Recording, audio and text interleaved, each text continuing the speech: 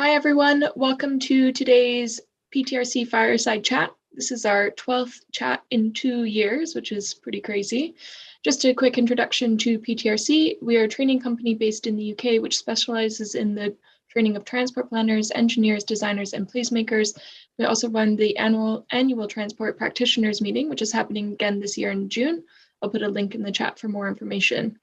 PTRC is part of the Chartered Institute of Logistics and Transport, the membership organization for professionals leading the movement of goods and people. Since 2020, we've had some great conversations during these fireside chats. I'm looking forward to seeing what this panel has to talk about today. I'll hand it over to Glenn now, who will be your chair for the discussion.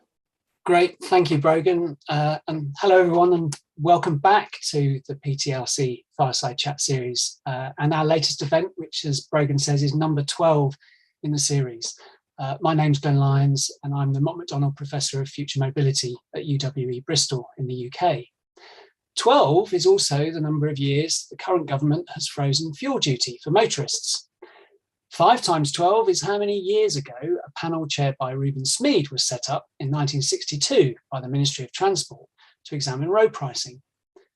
5 is the number of pennies the Chancellor knocked off fuel duty in the spring budget this year, hailing it, and I'll try and do my best front bench impression, the biggest cut to fuel duty rates ever. And as we face an energy crisis, of course, associated with geopolitical instability and war, and as many face a deepening cost of living crisis. The pandemic also continues, even if now it feels somewhat tiresome to mention it.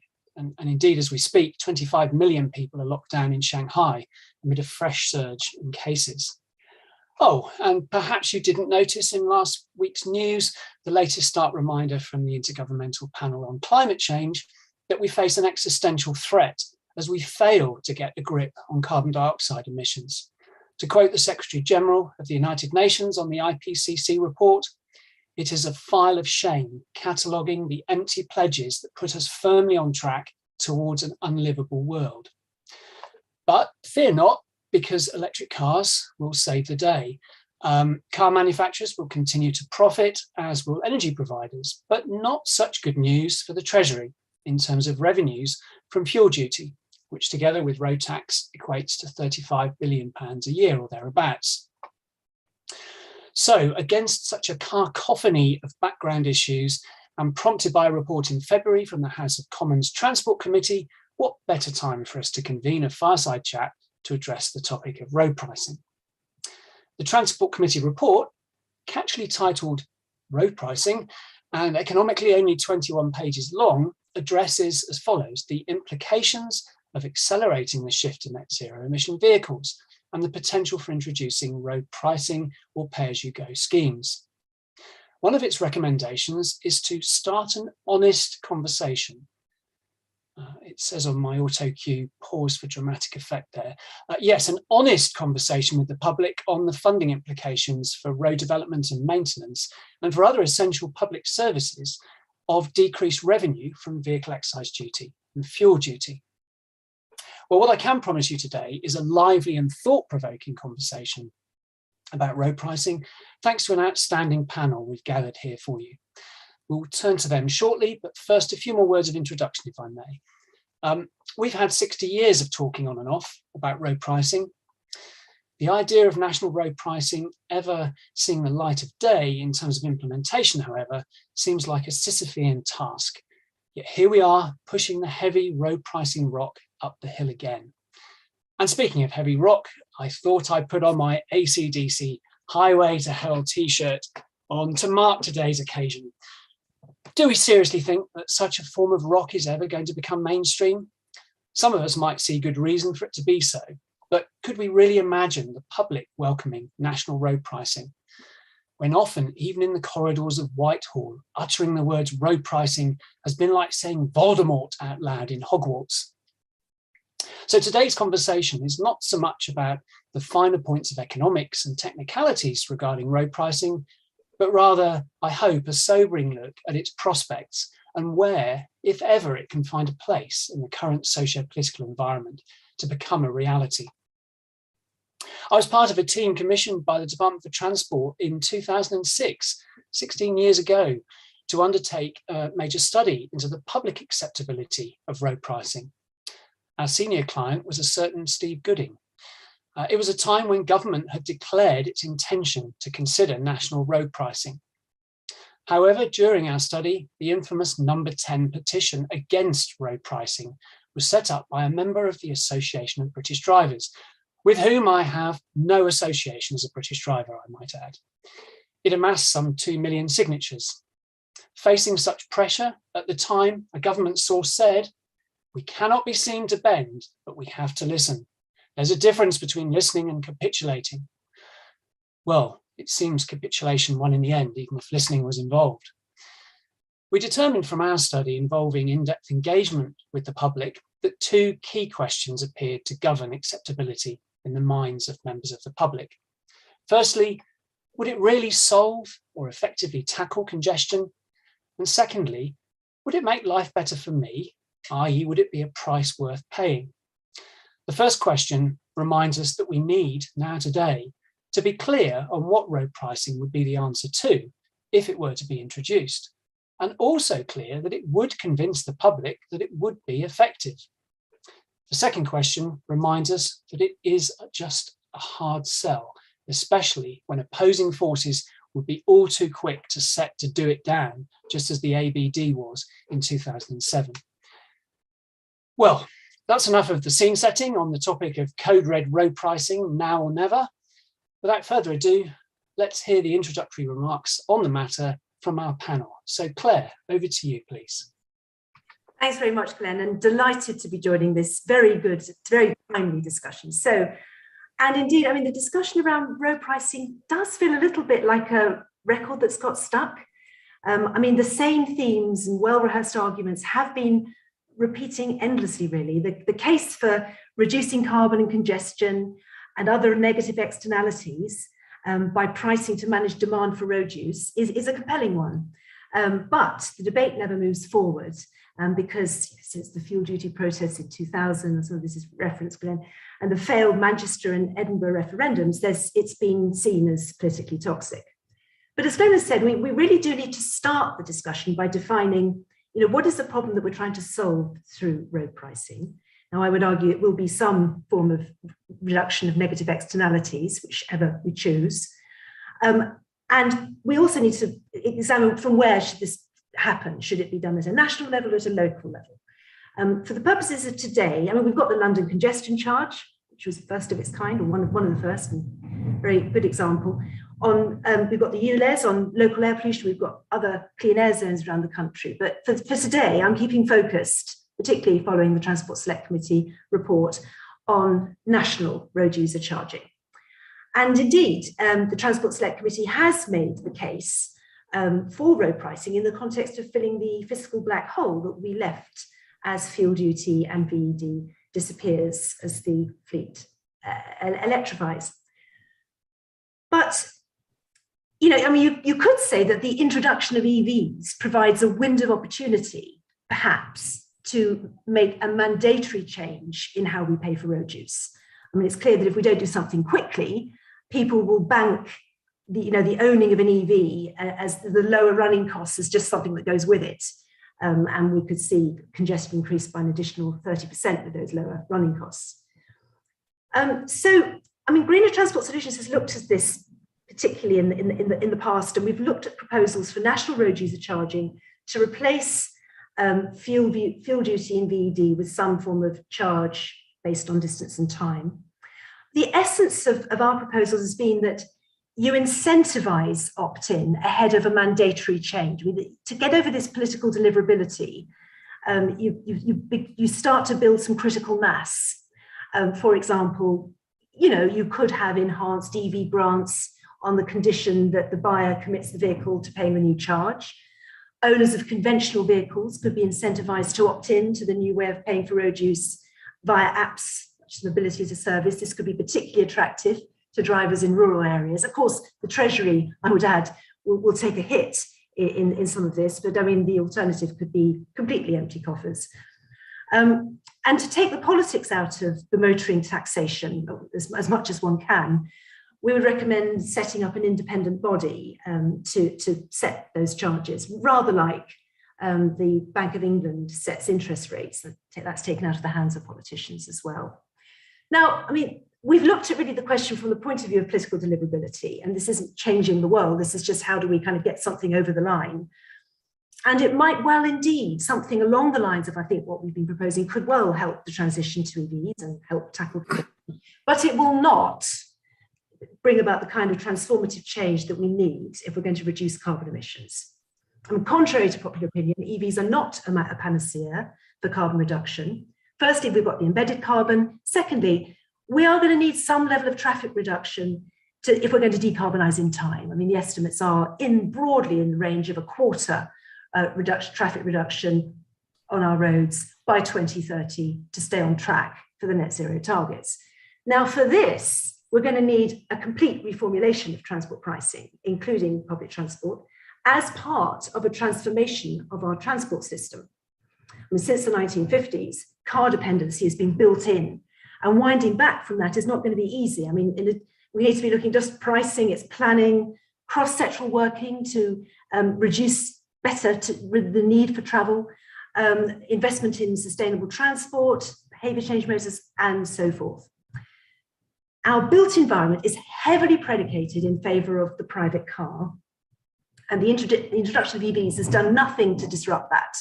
But what we really should be doing is taking the opportunity to start again and think in terms of what actually do we need to move in terms of people and goods, and what's the best way to do that. And actually, what do we want our towns and cities to look like? That's the sort of starting point. So we need a big national conversation involving all sections of the population and the media at large.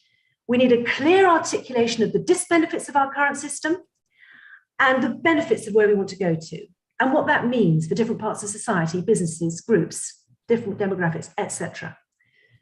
As Glenn has highlighted, the IPC have warned just this week, again, final big of the trilogy report, it's now or never. If the world is going to stave off climate disaster, we really need some radical changes. So I'm arguing that we should embrace road pricing as part of a transformative change in our transport system. And I think if we continue to look at the question narrowly from the perspective of just road pricing, we will continue on that broken record for another 60 years. And that's time we don't have. Thanks, Glenn.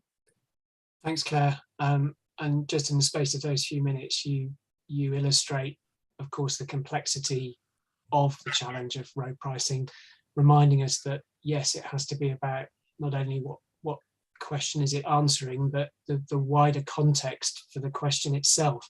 I'm quite intrigued by, in the sense that the juxtaposition of mandating, but then the notion of opt-in.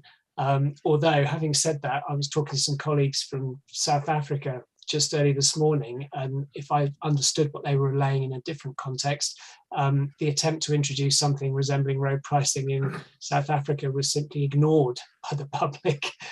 So maybe there is an illustration there where you can try mandating all you like, but frankly, whether people opt in might be a different thing. Well, actually, what I'm saying is it's mandatory, say, from 2030, 2035, that you're giving the public forewarning. Okay. Become mandatory. In the meantime, you build critical mass by incentivizing through different methods, opting in, just to get that. So that's hence mandatory from a certain date, but yeah. Okay, no, that's great. Thanks, Claire. Phil, I want to bring you in next, and I don't want to spare you any blushes by saying that, you know, you have the privilege in the context of this conversation of having been one of Reuben Smead's PhD students. So you might regale us with a quick taste of that alongside your other opening remarks. Over to you. Well, thanks, Glenn, for the barbed compliments, and thanks, Claire, for what you were saying as well. In the 1960s, the classic case for road pricing was that it could efficiently reduce congestion. And in the 1990s, we included revenues in the calculations, and by far the most popular suggestion was to improve the quality of the alternatives. Road pricing plus money used for public transport especially. And you can see the logic for that. We've moved on, and now climate change is not just another objective, it's a condition for society's survival. And a road user charging system which results in less but cleaner traffic and better quality alternatives would actually help to reconcile both efficiency and environmental objectives. And it would certainly raise revenues, though that itself is only helpful if the revenue is spent on worthwhile activities. And I think a degree of hypothecation, some degree, to transport, that is, not to roads, is essential, but not necessarily 100%. It would help on health and safety if associated with proper speed management. Therefore, I don't fully agree with the proposition that all these different objectives are competing and we have to decide and agree on which is important as a precondition to going ahead with a working system. The government revenue issue may make something more likely to be implemented than it has been in the past, but I would say that's not certain or necessarily helpful or necessarily trusted. And I'm not sure, to be honest, about an independent commission being trusted if the government that appoints it isn't. That's a problem we're going to have to resolve somehow. Now, I think the Transport Select Committee's proposals are sensible and helpful, but I do think they've made one mistake to dwell on for a moment, and that is the assumption that they were sold on, that to be politically acceptable and fair, it should be revenue neutral. That is, produce the same total revenue from motorists as a class as the current system of taxation. I think it's very important to say that's not axiomatically true. Motorists are not a single class. They're not the most important class from the point of view of equity, and they don't perceive themselves as identical. It's quite inevitable that some motorists will pay more and others less, and some people, not only motorists, will get more benefits and others less. That's the whole point. The key concept for fairness, I think, is not revenue neutrality at a global level. It's do the benefits outweigh the costs, and for whom? And anyway, freezing revenue after a long period of reduction in car taxation and increases in public transport fares can hardly be described as fair. There's another mistake waiting in the wings, and a much bigger one. Since the 1950s, the deeply embedded assumption about the long-term future of transport was that it was a future of long-term uninterrupted traffic growth in line with uninterrupted increases in incomes, wealth and welfare. Now, the only scenario where that could happen in the UK is if the UK abandons its climate objectives, but at the same time, if the rest of the world successfully halts climate change without us, with the benefit to us of ensuring our own steadily improving incomes. And that's surely an illusion, isn't it? We'll never return to that business as usual definition. I would say that's almost the only certainty in an uncertain future. And it's a necessary condition to understand that in order to make any sensible strategic policy making on pricing. Okay, that's all for me for an opening, and I'll hand on to the next. That's great. Thank you, Phil. And just to briefly pick up, thank you to Sel in the audience for clarifying that the situation in South Africa is probably related to one specific motorway. So yes, please don't go away thinking the whole of South Africa tried national road pricing. Misrepresentation on my part. Thanks, Phil. I'm certainly taken, and we might come back to this notion that we don't need to be agreed as a precondition on what objective or objectives are driving the introduction of pricing.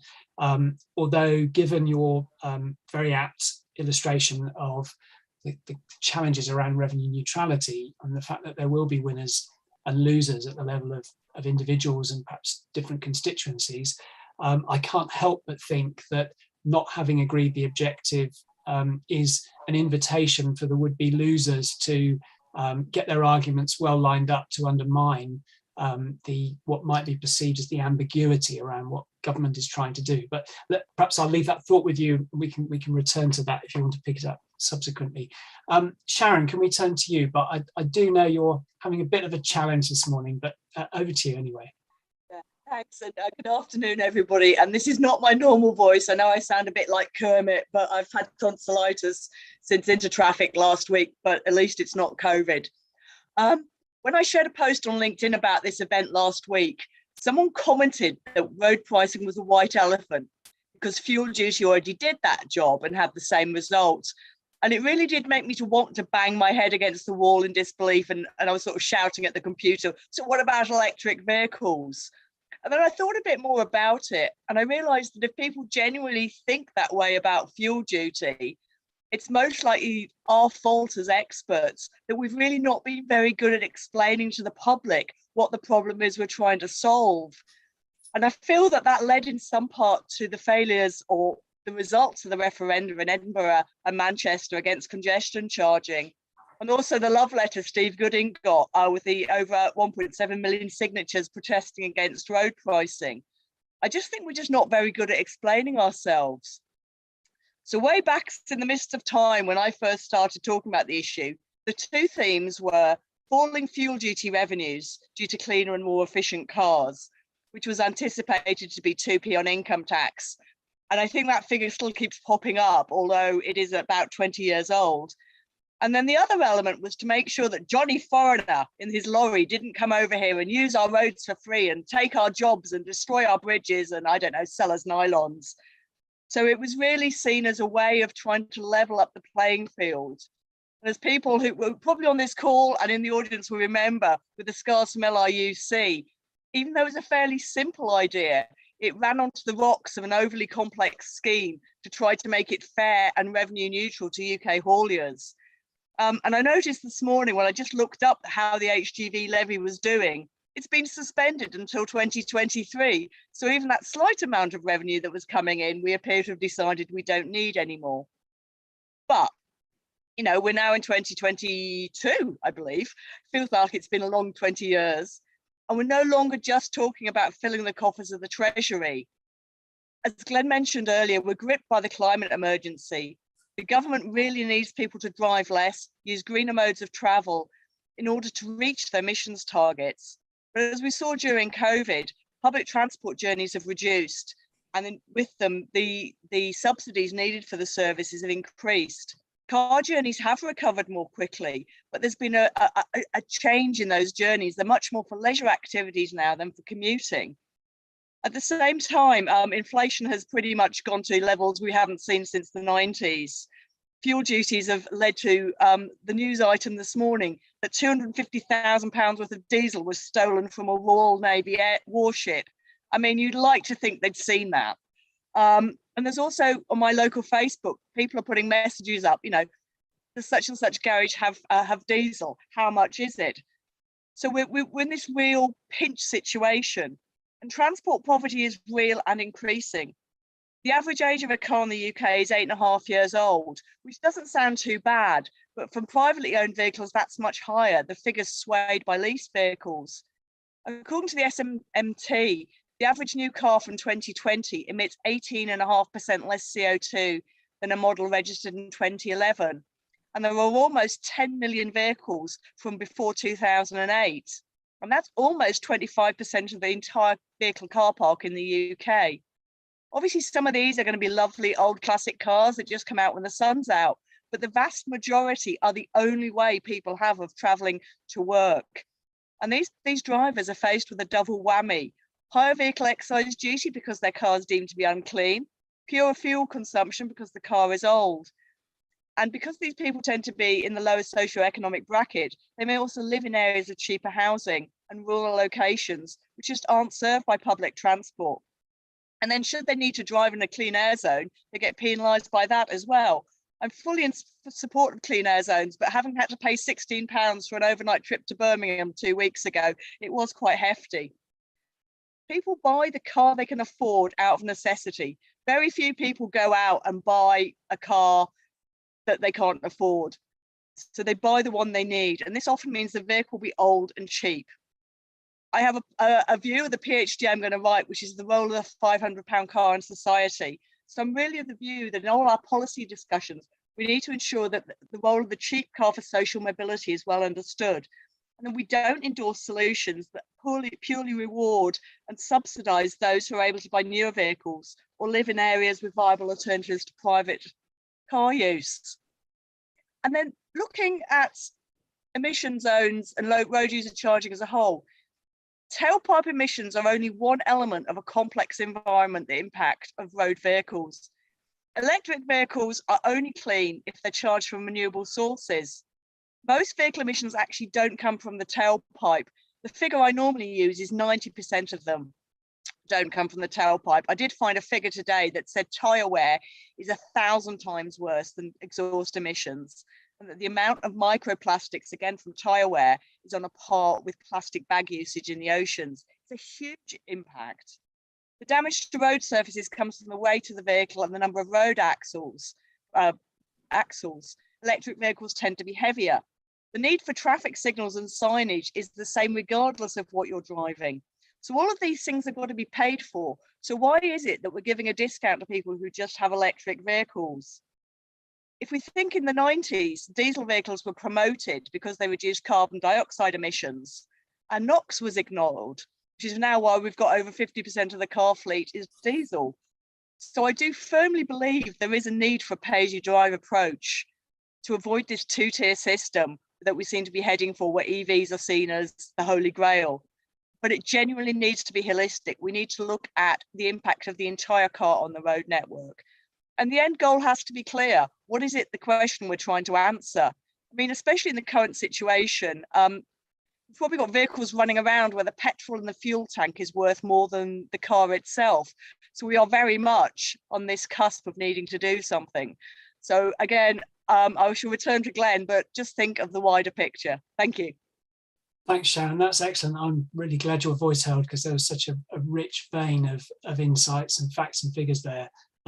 Really indeed food for thought, especially the notion of the £500 car.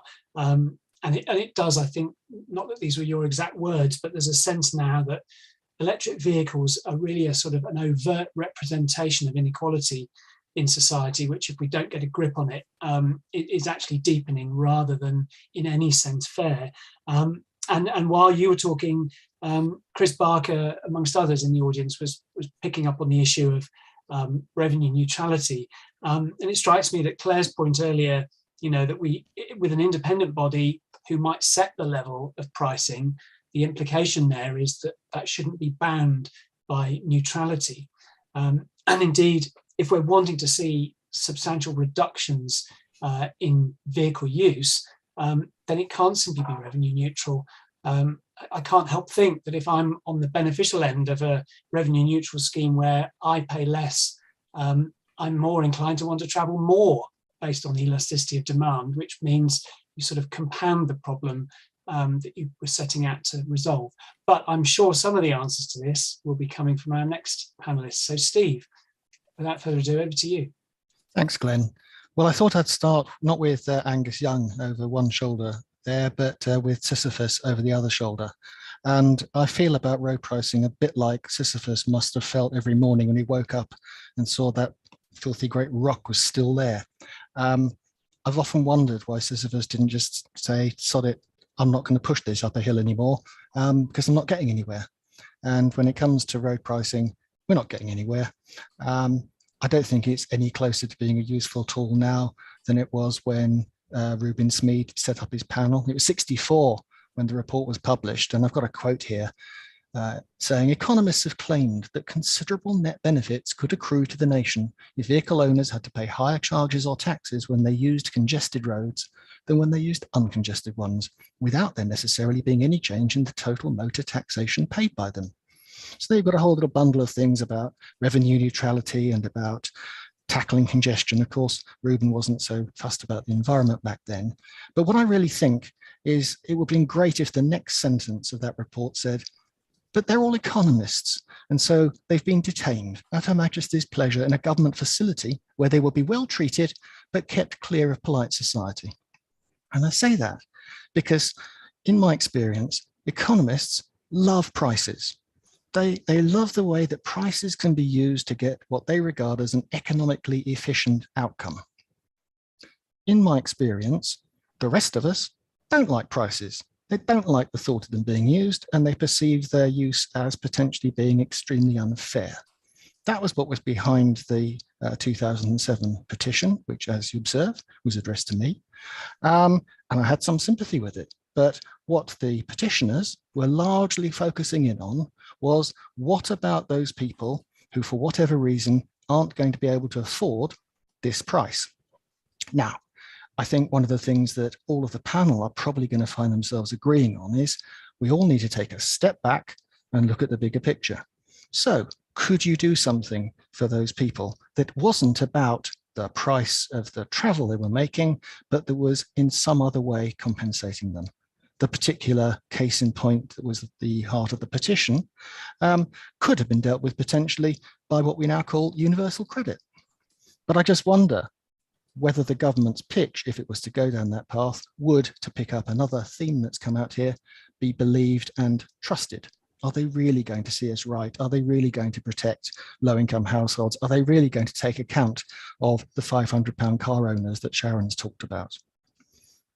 Now, I should stress, I'm talking here about time, distance, place road pricing, which is the economic nirvana. There are various other ways that people can be charged for using the road.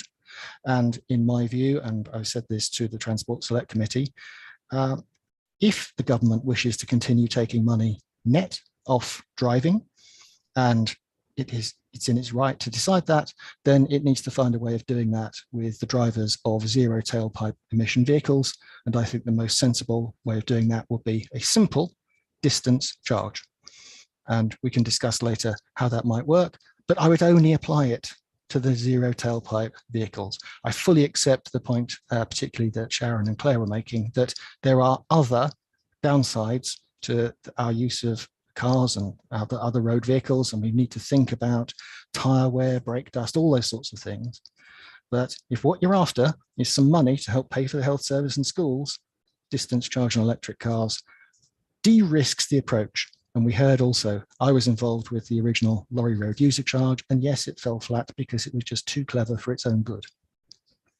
What I worry about in the context of the debate we're having today is if our main focus, the existential threat to the planet, is about carbon.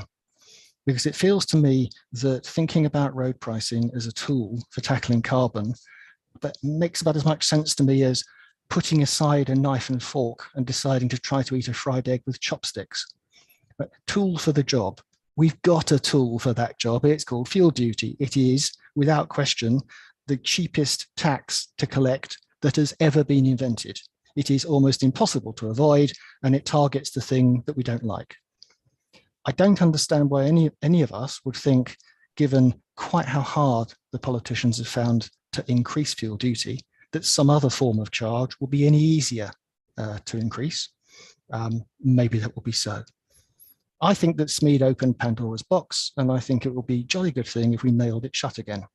I think that we should stand back, and the question I would pose is not why don't we talk about road pricing? It's to go right back to something Claire was saying. How can we best enable a happy, healthy society to thrive? And if that's the question, I'd be absolutely astonished if road pricing turned out to be the answer. Fantastic. Thanks, Steve. And again, I'm sure everyone's now very clear from an audience perspective, but that's from someone who really was at the heart of the civil service at a senior level. And as I think you mentioned, Steve, earlier, you lost several years of your life to the endeavour of seeing whether this could to come to fruition. I think what I took amongst many things from what you'd said there was that if push came to shove, as it were, there is a keep it simple, stupid form of road pricing that is simple enough that it could be taken seriously and entertained, but possibly even in considering that, you would still perhaps want to consider different ways and means of addressing whatever the question is we're trying to address. So I don't know whether I've understood correctly there. Is this an either or an and when you're saying simple distance-based charge for electric vehicles plus nailing everything else inside the box and keeping it that way and relying on other instruments? Nail the SMED report inside the box. So nail time, distance, place. I came away from my director role in 2009, having seen the whole arc of the development of road pricing from 2003 through to 2009. I came away very clear about a couple of things. One is, this is a far harder thing to put into practice than you might realize from reading an economic textbook. And second, the burning platform that would cause a government to act is a tax-raising burning platform. However strongly we on this panel feel about the climate risk, or indeed about our equality challenges, in my view, it's going to be a chancellor who looks up one day and says, "Where's my money gone?" And that's why we published our forecast of what will happen to fuel duty income.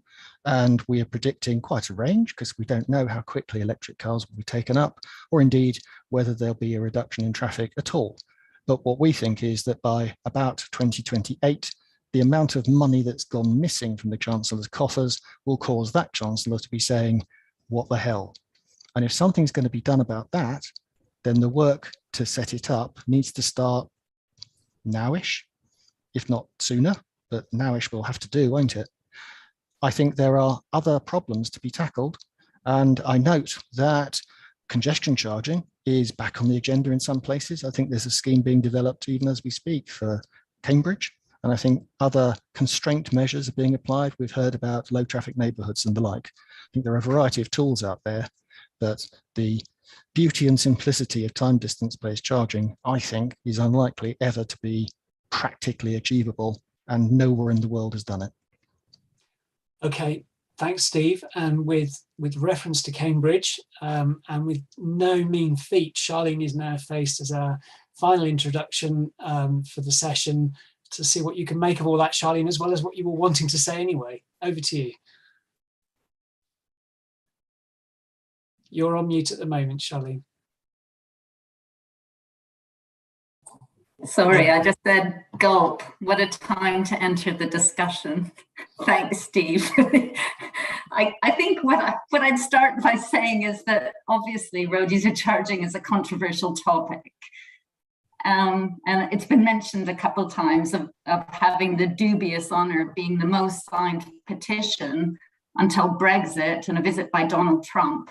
Not exactly company you want to keep in kind of policy speak, when in 2007, 1.7 million people signed a petition urging the then Labour government not to introduce road pricing. So it remains controversial, and the discussion today emphasises that. But I would argue that things have moved on since 2007. Building on the success of congestion charging schemes in London and Singapore, schemes have been introduced in Stockholm and Gothenburg. Distance-based schemes now exist for trucks in Germany, Switzerland, and Austria. And as well, charges on both trucks and automobiles in New Zealand. And one of the questions I saw in the chat was, does it work? And I think that we do know that congestion charging and road user charging can work. And people can accept them, particularly maybe if they feel the benefits. And okay, many of these charging schemes have been introduced in cities rather than nationally, and I completely accept Steve's view that this is a challenge. But when we've seen them being introduced in cities, they have been shown to reduce car travel. And in fact, having been involved in reviews around policies to reduce car travel, charging is the best tool we have in the toolbox. And I think Stockholm is a particularly interesting case because they introduced the congestion charge, then they stopped it for a referendum, then they reintroduced it. And guess what? traffic went down when they first introduced it. It went back up by 25% when they stopped it for the referendum, and it went down again when they reintroduced it. It was like a tap. And so I think, we have seen that these things work. And in terms of the distance-based schemes, we've also seen that they've had impacts. They've encouraged more efficient freight deliveries. One of the big observations for the introduction of the distance-based schemes in Austria and Switzerland was the reduction in empty trucks. So I think these things can work. I guess the second point that we've moved on since 2007 is, we are in a climate emergency and we need to reduce carbon emissions. And again, I think road user charging is probably our best tool in the toolbox. And the third change is the switch to electric vehicles. In 2007, this was probably pie in the sky. I don't know what technology readiness level we'd have been at 2007, but we are now doing it. We are switching to electric vehicles. And some people will see that you can go and buy an electric vehicle, but what they won't realize is that we haven't yet figured out a way to tax EVs for their use of the roads. And the electric vehicles are much cheaper to run because electricity is cheaper than petrol. The EVs don't pay petrol duty or vehicle excise duty, and they won't even pay the congestion charge until 2025. And of course, these vehicles still use public roads. They contribute to the non-monetary costs to society in terms of congestion, in terms of accidents, in terms of air quality, particularly in terms of particulates, in carbon, which was mentioned in terms of embodied carbon and the carbon to build the roads that we need for these cars to drive on, and the quality of our environment as well. And the report by the Transport Select Committee focuses on two reasons for a national road user charging scheme. First, to help fill the hole left by lost taxes and the switch over to electric vehicles. And secondly, to help manage congestion and car use.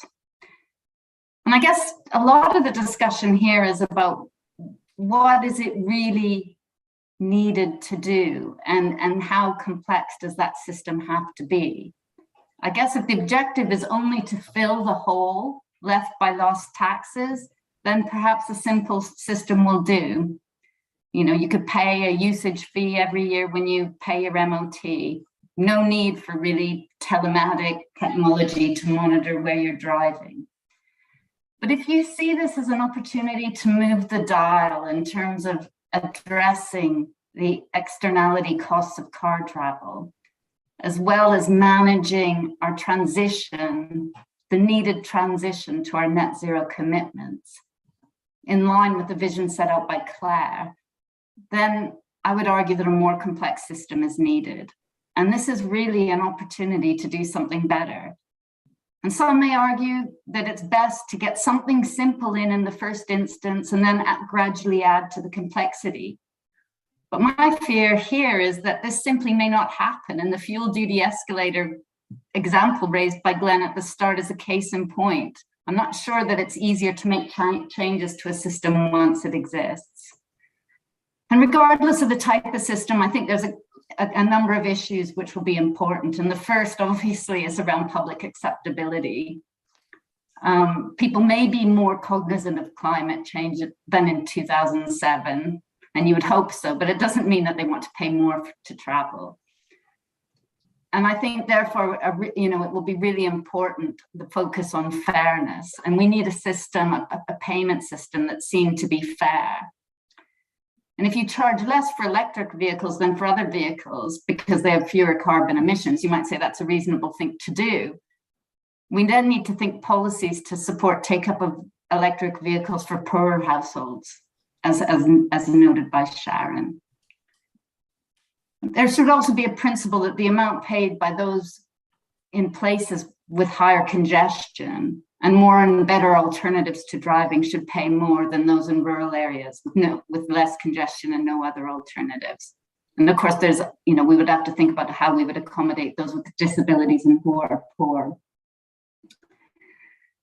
So while some may argue that to introduce the simplest system possible to get a road user charging system implemented, and that perfect is the enemy of the good, I believe that it's really vital that the system be seen to be fair, and therefore it needs to be as simple as it can be, but fair. Further, in terms of acceptability, as raised by Phil, I'd argue that some portion of the money generated from a national road user charging system should go back to providing better transport services for all. And this may help address the fairness point. It's unlikely to be welcomed by the Treasury, but there's ample evidence that the acceptability of such systems depend on how the money is spent. As set out in the Treasury Select Committee report, I also think it's important that the system does not discourage the take-up of electric vehicles, that it supports public transport and active travel, and that it works alongside other systems which are in place, so we don't have a patchwork of different sorts of charges in different sorts of areas using different sorts of technologies. But even if we get all these things right, the technology, issues around privacy, policing, the myriad of challenges that would come, I can't help but worry about whether the feasibility of introducing such a policy in a social media crazed world we live in. I think it'll be incredibly important to get the communications right. You know, as a population, we'll really need to understand the challenges, the benefits, and need to trust the body that's recommending this change, and that it has the quality of life of people at its heart. And I guess I fear that this is the hardest part of all. Do we live in a society where people will have this trust? And how could we start building that needed trust now? Thanks very much, Glenn. Thanks, Charlene. My goodness. And I'm just mindful, Keith Mortimer submitted, as others did, a question or questions beforehand. And he asked, have successive governments created a culture of distrust? And perhaps that, I can't recall over the last 60 years how that kind of graph of level of trust may have changed, but it doesn't feel a particularly good time right now to contemplate an honest conversation.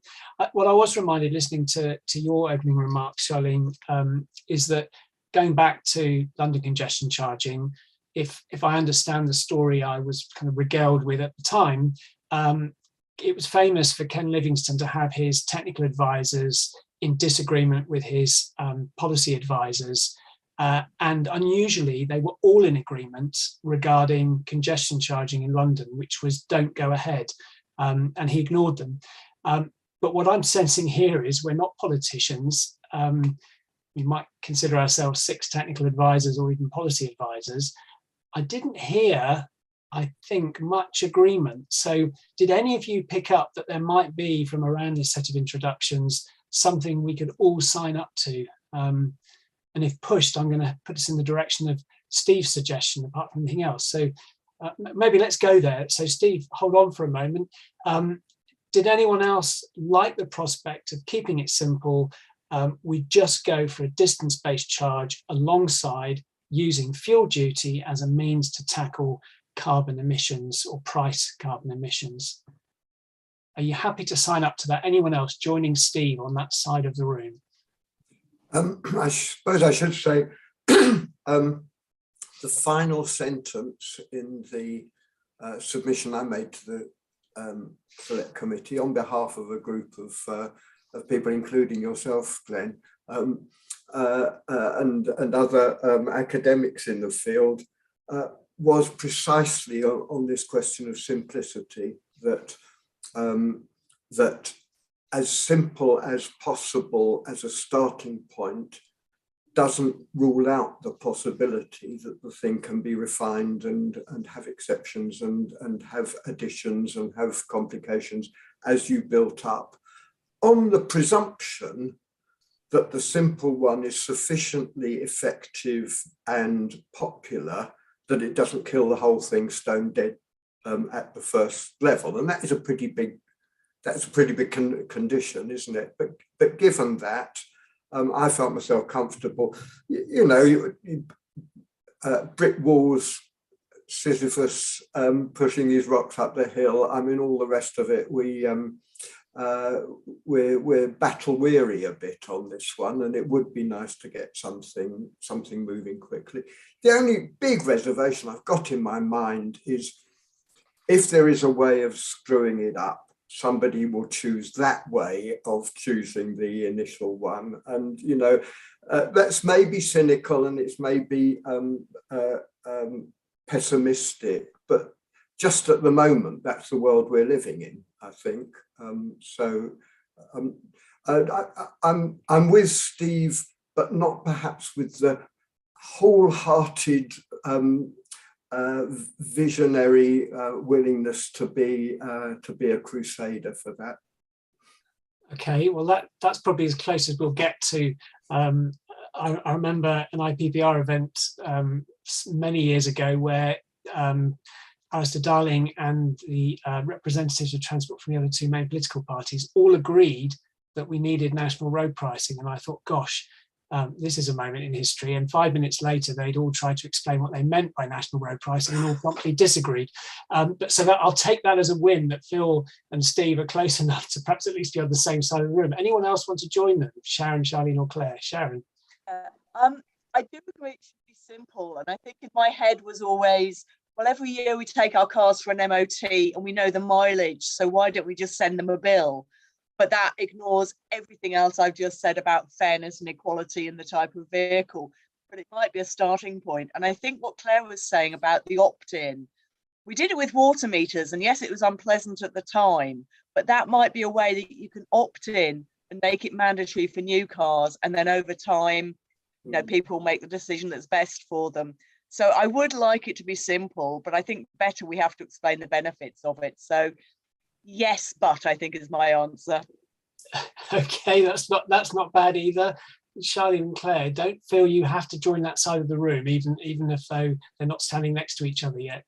Well, I mean, I think there's kind of common themes and there's things that we're all picking up on. I mean, I certainly, I think there are different forms of answers to the problem will solve different aspects. I mean, I think, as we've said, there's a way of managing the transition to EVs and replacing the fuel duty and VED, for example, but that ain't going to solve the burning deck. From where we've looked at it, it's a much more transformative change would be needed for that. I mean, one could argue whether our proposals will work or not. It's not really the point. The point is there's something tactical that could be done to get something over the line in terms of, you know, replacing that fiscal black hole and maybe managing congestion a bit better. But that ain't going to really deal with the big problem of that we're really animated by, and that's given rise, I think, to, and if I may be bold, I think I picked up a little bit, and I hope I'm not putting words in your mouth, Charlene and Steve, but did I detect a sense in which something a bit more of a transformative type of change is needed? Let's move to Charlene on that, and then I'll just say something briefly to segue back to Steve. But yeah, Charlene, to you. Yeah, I think I sit more closely with Claire here in that I agree that the system shouldn't be overly complex, that the system should be as simple as possible, but I think it needs to be as simple as possible with also addressing some of the bigger challenges rather than just filling the treasury hole. That would be my view, and that that we are in a situation where we need to make significant changes in transport. And the best tool in our toolbox for doing that we know about is charging. We know that works. So I don't know what we're waiting for. You know, if we think that it's more efficient to have something simple and then change it into the system we need, which we have no evidence that actually is feasible either, I'm not sure that is a better route in. And I think that to make this transformative change, we need to make it. And so I really feel that charging is an opportunity to make the change that we really need to make, and to try and rely on other policies that would be introduced elsewhere by others in a collection of different charging or different types of systems is not providing the sort of national strategic view that people are really crying out for in terms of funding and support. So this brings me back to Steve and his chopsticks and his fried egg. So Steve, I think you want to go back to a knife and fork, which is fuel duty, to tackle the transformational change that Claire and Charlene are talking about. But what do you think, therefore, about the celebration of 12 years of frozen fuel duty and an even bigger celebration of a 5p cut in fuel duty? That doesn't sound like it's squaring with a country that's trying to get to net zero PDQ. So back to you. You've heard from your fellow specialists as to whether or not we might be able to go with your keep it simple and do something rather than lament another 60 years of doing nothing. What do you make of it? Well, first of all, I need to respond to Mark, who's posted a comment in the chat, just to explain that some of my best friends are economists, including my predecessor here, Professor Stephen Glaister, who for many years argued quite passionately for road pricing. And there's a place for economics. What I've found, what I was trying to say really, is there's a perfectly good sort of economic, academic piece of analysis to be done here. And then there's the world the politicians live in. Now, I'm not going to say right or wrong about 5p off fuel duty. What I would say is Rishi Sunak sat down just like Ken Livingstone back in the day with a bunch of people and said, what am I going to do? Household incomes are under stress. Inflation is running away. Fuel is at record high prices. And somebody said, I know, knock 5p off fuel duty. That'll go down well. Now, I personally, I think knocking 5p off was really neither here nor there, because it just irritated everyone who thought that we should be putting the price of carbon up, if anything. And 5p was quickly swallowed up by increases in the barrel price of oil that was still coming through. I just think, so to be clear again, I haven't said anything against some forms of charging. I'm very interested in what's going on in Cambridge. I would observe that back in sort of 2007-8, I would very often be invited to conferences to speak, and I used to do my best to drum up a view that the whole world was moving in this direction. And yes, I used to bang on about Stockholm and its approach to its referendum, and I used to bang on about Singapore. But the reality is that Singapore as a country would fit 3 times over within the M25 and has a scheme that's basically 37 gantries. All around the world, there are minuscule, absolutely tiny applications of this. And one of the reasons for that is it is politically very, very difficult to do.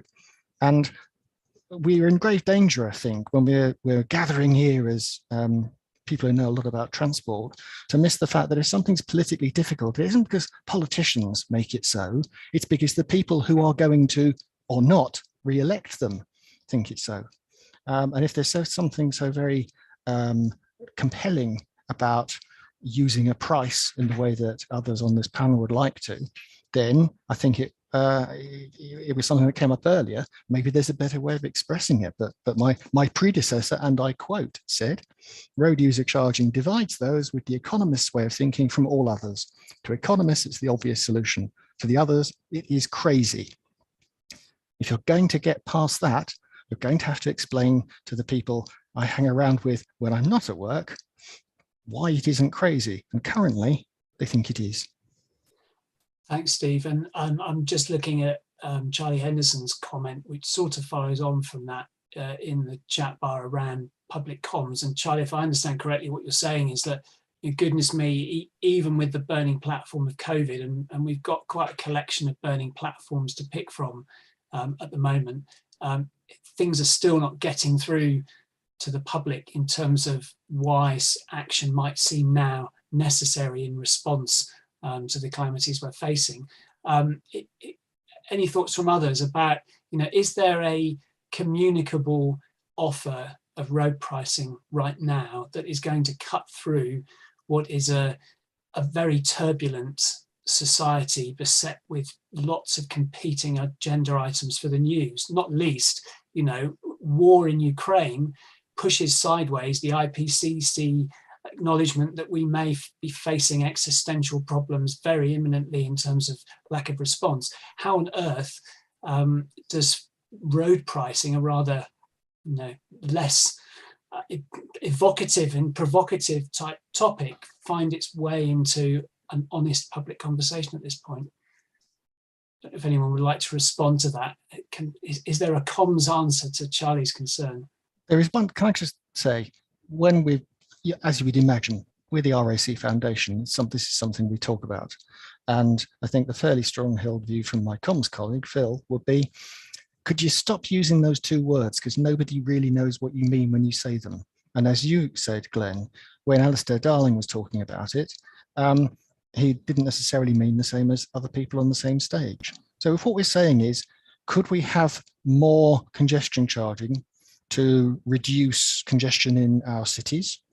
Could we have more other interventions? That might be better, because even using the term road pricing, for me, I always use it to mean full-on national time, distance, place. And one of the many shortcomings I see with it is, what is the promise that that policy will be giving to road users? Because for some of them, it's giving them the opportunity not to make trips that they otherwise would have chosen.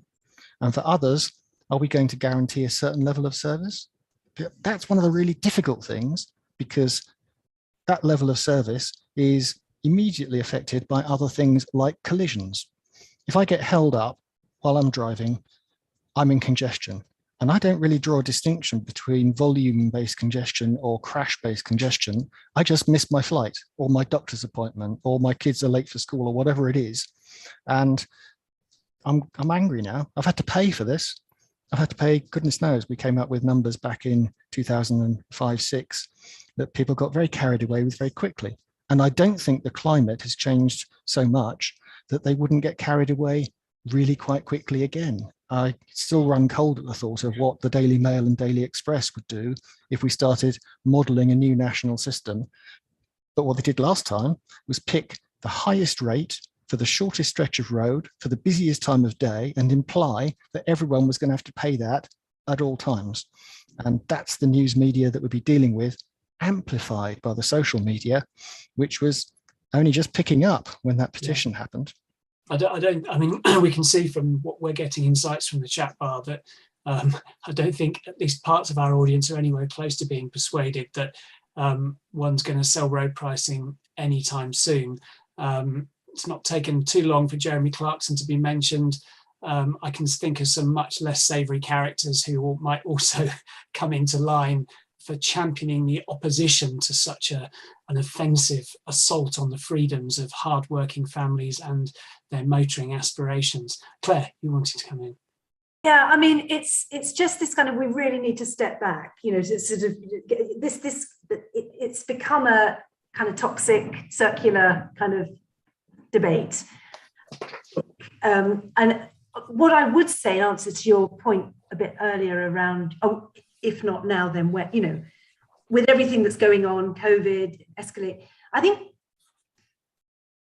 so I look at it, I mean, I agree with Charlie, absolutely. And you know, pricing is obviously a really effective and powerful tool, but it's a dreadful message. You know, it doesn't, and sort of coming out saying, let's do this and we'll price, you know, is straight away going to get the hackles up. We've got this kind of escalating fuel prices, this kind of drop in the ocean, as Steve rightly pointed, the kind of cut in fuel duty. I just do need to say, by the way, on fuel duty, sorry, just one important point, which I can't quite think, I think is a bit difficult, is that as we transition to EVs and it's lower income households who can't afford a new car, you know, fuel duty, there's a real risk that it could become regressive. If you're looking, I just need to make that point, that fuel duty is a blunt instrument, never as it does target carbon.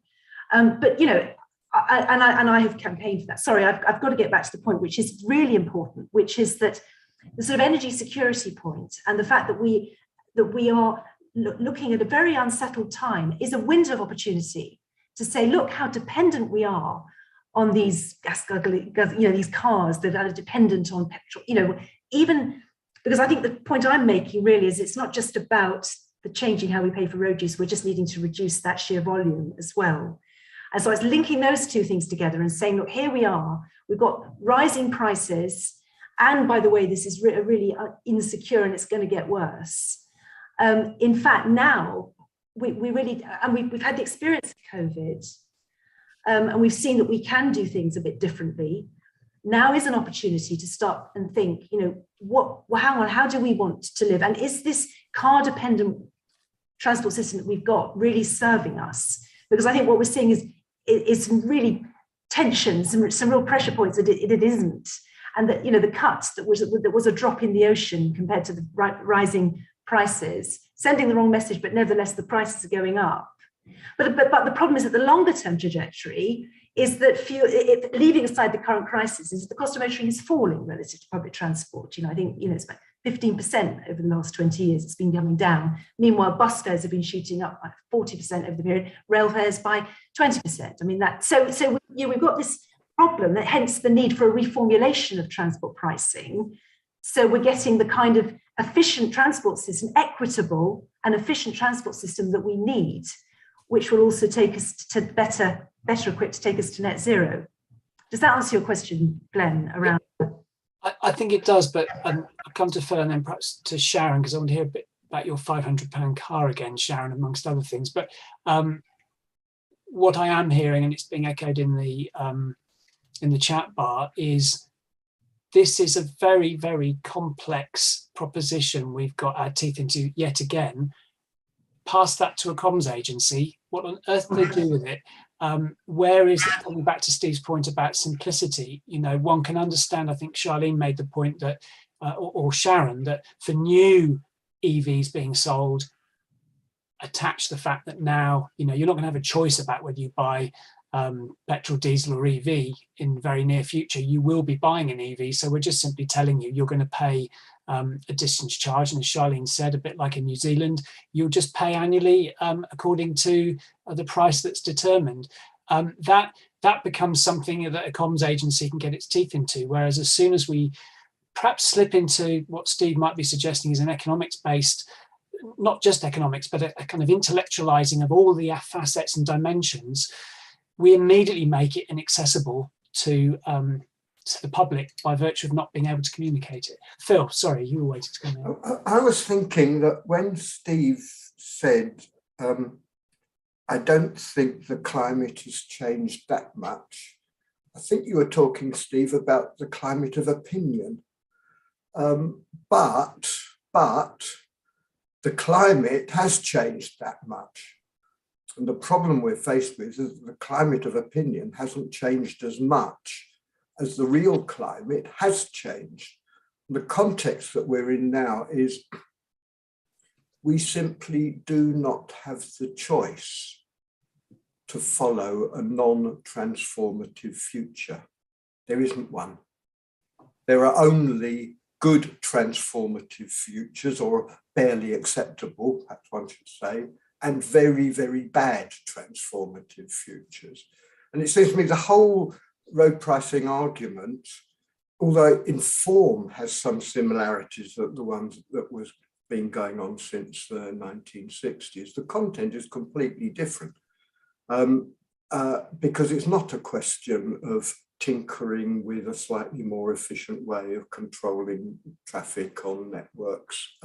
That's worthwhile doing, but it's not what it's about anymore. The question is a quite different one. We are entering into and underway hugely transformative changes which are going to wreck or change or transform all our lives, whether we choose it or not. The only choice we have is, can we use the tools that we know about to make that a bit better, or to make it much worse? And that's why I think that it is really a different discussion now. Can changes to the pricing system help us to make the transformations that we're inevitably confronted with a bit more acceptable? And I think they can. So this point that you're making, Phil, I think I want to bring across to Sharon. So if we're looking for transformational because the climate has changed, even if climate of opinion hasn't, how does that connect with the £500 car owner who will actually be used as ammunition by vested interests as the epitome of why this should never be introduced in the interests of radical change? I think you're right. And I did see in the comments that somebody said, what about car sharing? And I also previously, I think somebody claimed that a car sharing subscription would be €400 a month. If you can only afford to buy a £500 car, you are never going to be able to afford €400 a month. So we need to be realistic. What is a fair per kilometre price? If you look at HMRC and you travel for work, you can get 45p a mile back. Is that a fair price, all things considered? So we really need to look at this equity and this approach. What do we think is fair? And somebody else mentioned tobacco tax, increasing tobacco tax and alcohol tax to some extent to make people change their behaviour. That's all well and good because those are sort of treats that people may or may not be able to stop. You can't make somebody not drive to work. I live in the Fens. You know, there are only ways of getting to some of the shops for the villages is by car. So you have to really reflect, you know, this fairness. And going back to your point, Glenn, about how do we make this politically acceptable? I mean, the flippant comment is we let people name it. I saw there were some very good examples coming up. I mean, I'm not promoting, you know, road pricing, but we need to come up with something that probably doesn't have a relation to cost in the word. And somebody else raised this point. Why can't we just call it road tax? You know, it's what everybody calls some of it. So it's not a very good answer, but it's really, we have to as ourselves think about what is a legitimate fair price that reflects everything that's going into that pot. Do we just take the entire budget and divide it through the entire number of miles or kilometers driven every year and come out with an answer? I don't know, but yeah, but I don't think, you know, just pricing people out of the market to get them out of their cars is necessarily the way to do it. I do wonder, Phil, you know, back to your point about climate of opinion versus climate. There was some exasperation, of course, much of it around the IPCC report. And it struck me yesterday that there's two forms of denial. There's the insidious denial from the fossil fuel industry that's sort of promulgating the sense that we don't have a problem. But there's also a kind of more basic human denial as a way of coping with extreme stress. And I'm increasingly inclined to feel that we're in a situation where many people are now going into denial about climate change. But at some point, if it follows the stages of grief, as it were, even though we haven't lost the window of opportunity yet, that may well turn to anger. And anger will be, who has made this happen? And then bargaining becomes, what can we still do about it? Can we buy some time? And I wonder whether that means, and I guess directed back to you, Phil, whether you think public opinion might change quite quickly, not specifically around pricing McPricey yet, but around, you know, the need for something to address this existential problem, which points quite quickly to transport and then starts to look for a solution. Is that, you know, are we too early in having this new conversation? Do we need to wait for public anger instead of denial, or is it not working like that in your mind? I think the problem is that if one doesn't have viable solutions underway, which are equitable and efficient and, above all, potentially successful, anger turns in directions which will be scary rather than helpful. I remember Ben Elton's novel, one of his many interesting ones, where there was an air quality problem. And the solution was the erection of enclaves of very rich people who were able to breathe breathable air, and exclusion of the majority of population from that. Same applies to water and to food and everything. So I think there is a problem of anger. The anger may well lead us in directions of violence and attempting to capture limiting resources, limited and increasingly limited resources for more and more powerful but smaller and smaller groups. And that won't do anybody of our friends any good at all. So I think there's a problem. That, I suppose, looking on the bright side is climate change is not invisible. You know, it's not something that is concealed from us. Each summer that goes by, each winter that comes by, you know, it is more and more apparent. And that seems to me the comms problem, if you like, is to make the linkages that this is the way the world is changing. Business as usual simply will not make that better. And therefore we're forced to do something transformative.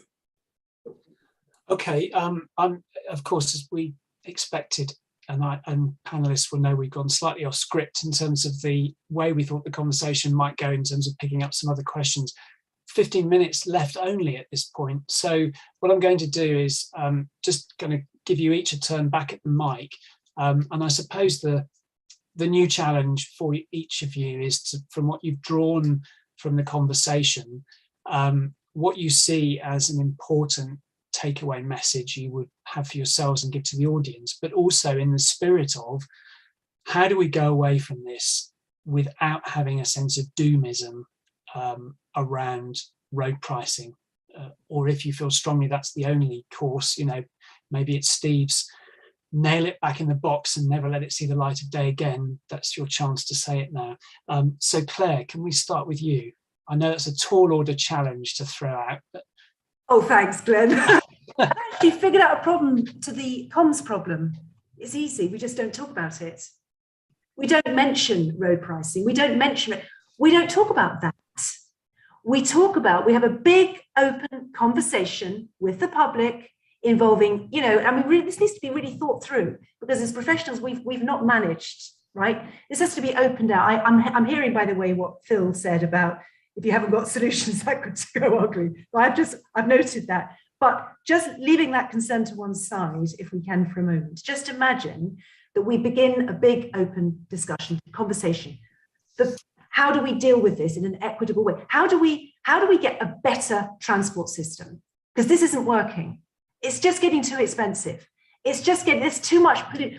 Who wants their children's lungs damaged? You know, the hours lost in congestion. Look at all the distance. Look at what we've got. Do we want this? Is this actually serving us? Is this taking us to a future we want? No, it's not. Okay, so how do we do this differently? And I actually think that pricing, it sits underneath, but it's not the headline. It's not the big. What about the investment, the community action, this, that, yeah, there's much more exciting, you know, touchy-feely,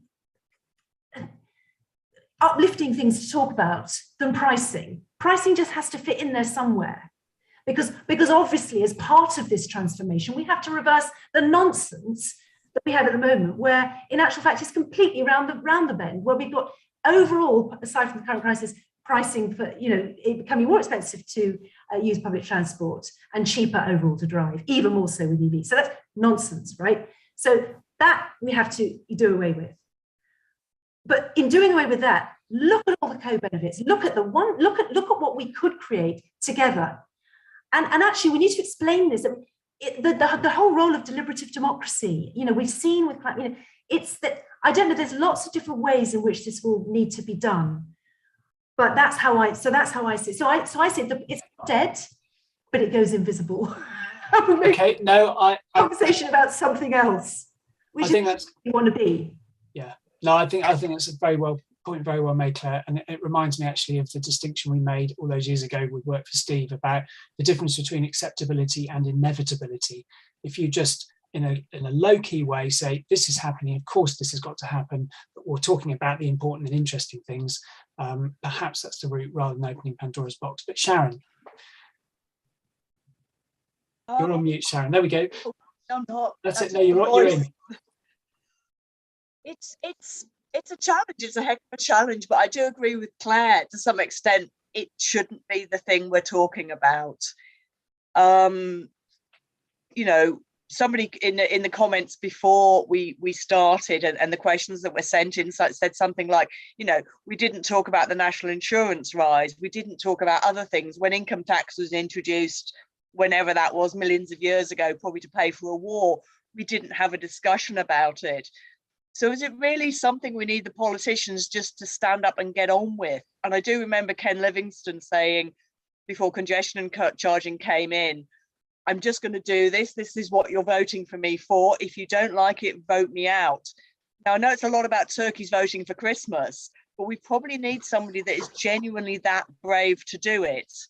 But at the same time, as Claire was saying, we need to be coming along and saying, do you remember what it was like in lockdown? You know, when there were fish in the river, there was no smog over Beijing, things like that. So we need to sort of push the positives, but at the same time, making sure that people aren't penalised, that people live in the rural areas. You're never going to have a bus service more than once an hour. It doesn't work for people going to work in the morning or going to school or chain journeys. Sometimes we just have to accept there is a place for car in a multimodal society. Let's not demonize the people that have to drive, but let's make it feasible for the people that don't. And a competition I've always thought I would like to run for school children is designing a walking friendly school. What do you need in school to make it feasible to walk? So if your feet are wet or your coat is wet, you're not scrunching it up in a locker on top of everything else. What does a walking friendly supermarket look like? I want to take my coat off and hang it up. I don't want to schlep it around, you know, dripping water all over the floor. So let's start thinking about the infrastructure we need for walking and cycling, and don't just assume that people miraculously get to their donation, you know, dry and not sweaty. So yeah, let's have an open conversation. But I completely agree with Claire. Let's just not make it the headline thing that we're talking about road pricing. Great, thank you, Sharon. Steve, swiftly on to you. Well, I would agree. I think that trying to engage people in a conversation about any kind of tax is a bit of a push uphill, isn't it? I can't remember. I don't know. I know down in the mosh pit, Glenn, you guys do little but talk about different fiscal regimes. While Slayer are doing their thing up on the main stage, but where the rest of us are, we don't talk about income tax at all. Never. I've never once has someone tried to spark up a conversation with me in a pub about anything like that. So I think if there's to be a national conversation, it should be more along the lines. I think that we are all agreed, actually, that there is an opportunity for some more radical change. I would say to Sharon, the walking friendly supermarket looks like the one that Phil uses because he doesn't go there. It comes to him. And then he's got plenty of time to go out for a nice walk in wherever it is he is, and he can go and observe those fish swimming in the river. So I think there are changes that are happening, and it really surprises me that some more opportunities weren't taken during that period of crisis to bank them. For example, for many years, I was doing jobs in the transport department where reducing the need to travel was the strapline. And suddenly for office workers, the need to travel was radically reduced.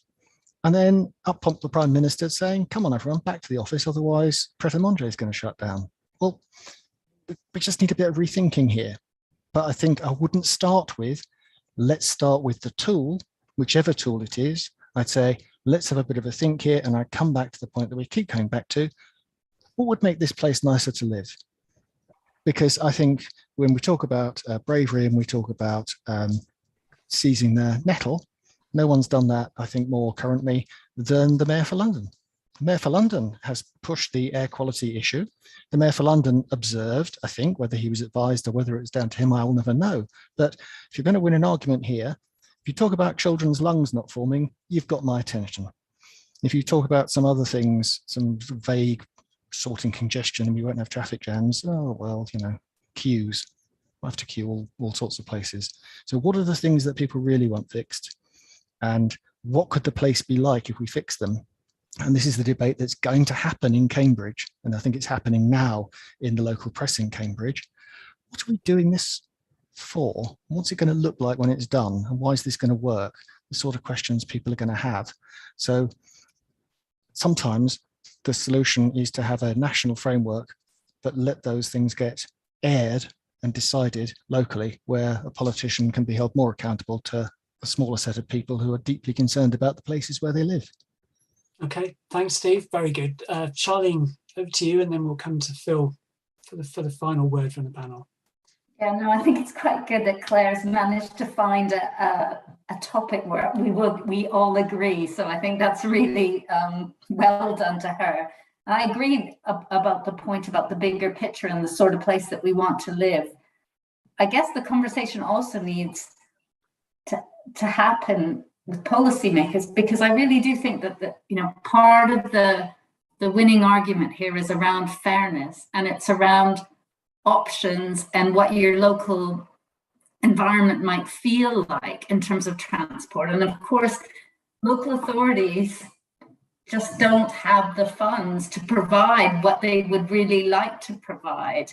And therefore there is a conversation, at some point the question will come up, how is it funded? To have the conversation. And I think it will be, fairness, and how the monies that are generated from different sorts of ways that you might manage congestion, if we don't say the word Voldemort. The question is that they must be fair, and that the funding must come back to local areas. I think the other point I would just like to pick up is, I think the one around urgency.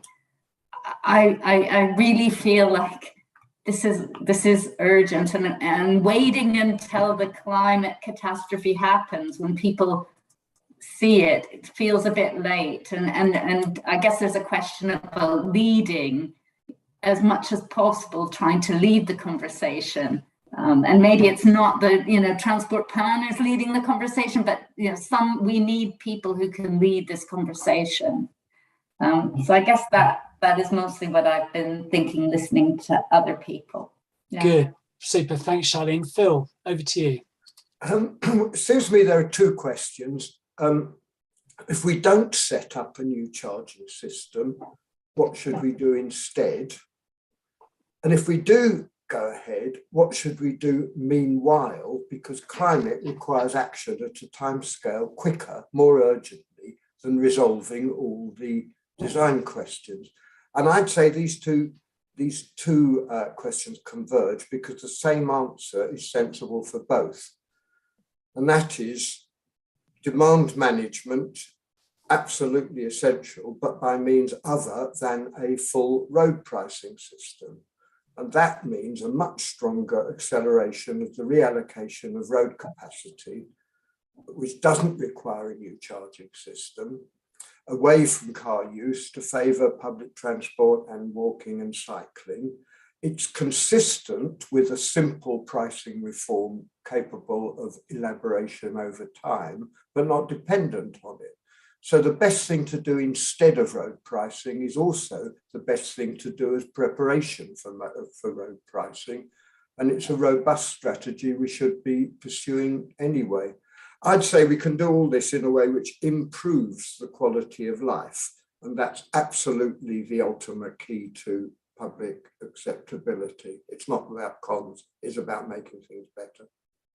Thanks, Phil. And I'll just say to finish, I think when we did the work all those years ago on public acceptability, what we recognised was the first thing you need to do is to get the public to understand and accept there's a problem to be solved. You can't try and ask them to accept a solution to something they don't even know needs addressing. And sadly, it would appear we haven't yet got to a point where we have acceptance that there's a very, very serious problem to solve, whether that's as simple as the fiscal hole or the end of life on Earth. And I think that's where the communication should focus, flipping around, in a sense, coming back to what Claire, Charlene and Sharon have, and Steve have signed up to, which is what we're going to lose out on as a society if we don't have radical change. And then we just move to the nuts and bolts of perhaps Steve's very sensible, low-key, bring something in and make it happen solutions. And Steve, a note of hope, hopefully, yes, we've squandered opportunities for seizing, never miss making something out of a crisis, but the crises haven't yet finished. So perhaps it's not too late to wake up and do something. Well, look, we're at the hour. I'm going to hand back to Brogan, but just from me, a very big thank you to our panel for their generosity of time and robust exchanges. And thanks, of course, to our wonderful audience as ever. But Brogan, back to you. Awesome. Thanks, Glenn, and thanks, panel. It was a great conversation, and the chat and YouTube was going crazy. Hard to keep up with. So thanks to all of our listeners, and stay tuned for more information on the future Fireside Chat. Thanks, everyone. Thank you. We're clear. Okay.